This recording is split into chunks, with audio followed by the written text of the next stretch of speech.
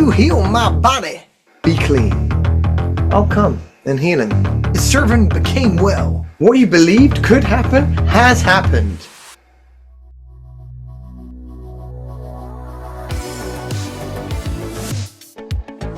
So we're back with Matthew chapter 8, and the title of this is He Carried Out Diseases. Jesus came down the mountain with cheers of the crowd, still ringing in his ears. Then a leper appeared and dropped to his knees before Jesus, praying, "Master, if you want to, can you heal my body?" Jesus reached out and touched him, saying, I want to. Be clean. Then and there, all signs of leprosy were gone. Jesus said, Don't talk about this all over town. Just quietly present your healed body to the priest, along with the appropriate expression of thanks to God. You're cleansed, and grateful life, not your words, will bear witness to what I've done instead. As Jesus entered the village of Capernaum, a Roman captain came up to him in a panic and said, "Master, my servant is sick. He can't walk. He's in terrible pain." Jesus said, I'll come and heal him. "Oh no," said the captain. "I don't want to put you to all that trouble. Just give the order and my servant will be fine. I'm a man who takes orders and gives orders. And I tell one soldier to go, and he goes, and another come, and he comes. To my servant, do this, and he does it." And Jesus said, I've yet to come across this simple kind of trust in all of Israel. The very people who are supposed to know all about God and how He works. This man is the vanguard of many outsiders who'll soon be coming from all directions, streaming in from the east, pouring in from the west, sitting down at God's kingdom banquet alongside Abraham, Isaac, and Jacob. Then, those who grew up in the faith but have no faith will find themselves outside in the cold, outsiders to the grace, and wondering what happened. Then Jesus turned to the captain and said, Go. What you believed could happen has happened.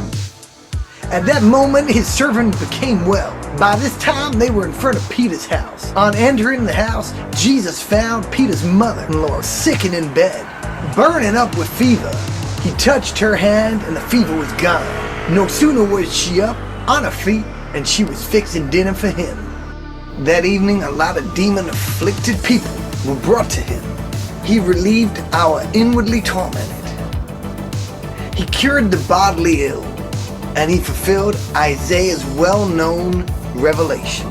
He took our illnesses, he carried our diseases. When Jesus saw that the curious crowd was growing by the minute, he told his disciples to get him out of there to the other side of the lake. As they left, a religion scholar asked him if he could go along. "I'll go anywhere, wherever," he said. Jesus was curt. Are you ready to rough it? We're not staying in the best inns, you know. Another follower said, "Master, excuse me, for a couple of days, please, I have my father's funeral to take care of." Jesus refused.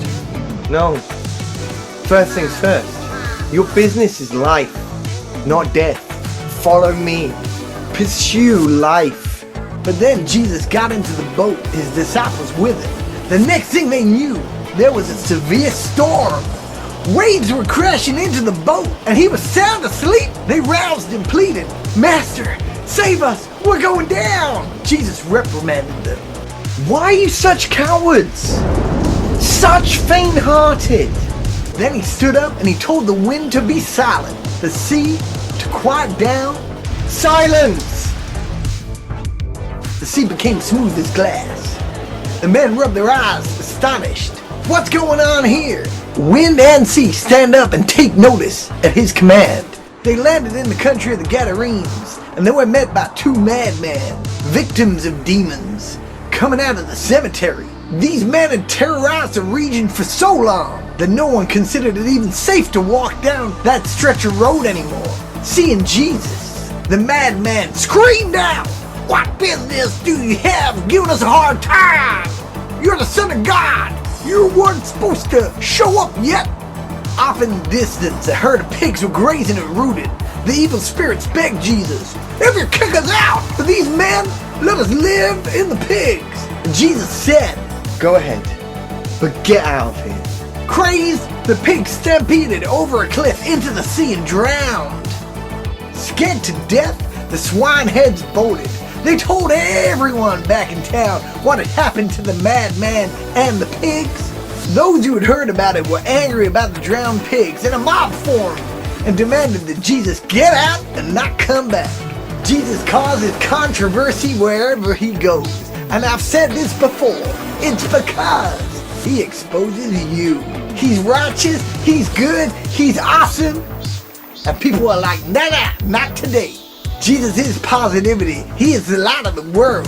And he wants unity and reconciliation. Because with unity comes healing and comes life. If you're enjoying these videos, if you love the Visual Bible, give me a like and subscribe. And as always, keep up the positive.